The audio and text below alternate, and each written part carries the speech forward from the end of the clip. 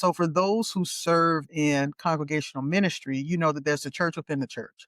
Like Yes, whoever shows up on Sunday morning is not necessarily who you see during the week, right? Who you exactly. see during the week, that's the church within the church. That's the It is church within people the church. who Mm, come to the Bible studies, who actually show up at the events, who help mm, plan the events, who are always kind of present. They're in the intercessory ministry or they go out to take care of the sick and shut in. They are the church folks that are active inside the church ministry. And what happens though is in that little family system, it starts to mirror and function like a family system that you came from originally. yes.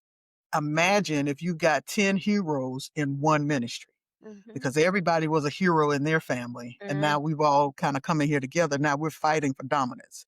Dominant. We are territorial. We are searching for spotlight, right? Or likewise, if you got a collective of scapegoats, then it turns Mhm, into a real interesting party. People who have been put in that scapegoat blame role. And mm. sometimes kindred spirits line up and they're like, well, look, if you're the bad guy and I'm the bad guy, let's hang out together. Let's be bad together. Let's set it off. And I'm just talking about kind of in the life of the church. And it happens because it replicates what Mhm. we have encountered typically within the family systems that we had originally.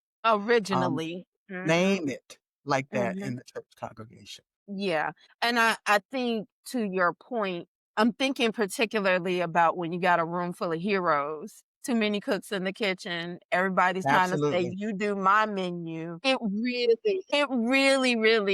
can stunt the growth, the spiritual growth, the people growth, the growth.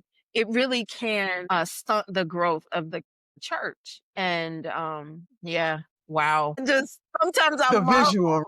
Yes, because I marvel when we have these kind of conversations because I'm like, why is everybody not wanting to study this? Like, this is so fascinating to me when I think about just how we function in family or how we dysfunction in family, you know, how people can so quickly say we are the family of God, and particularly in Christian context, and not see the parallels between, like, we literally call ourselves the family of God. So why, and we call each other brother and sister or my sibling in Christ. Why wouldn't this operate the same way? Why wouldn't we be more curious about how we can make this a healthier family A than the one healthier we may have family. come from at the house? Yes. Right?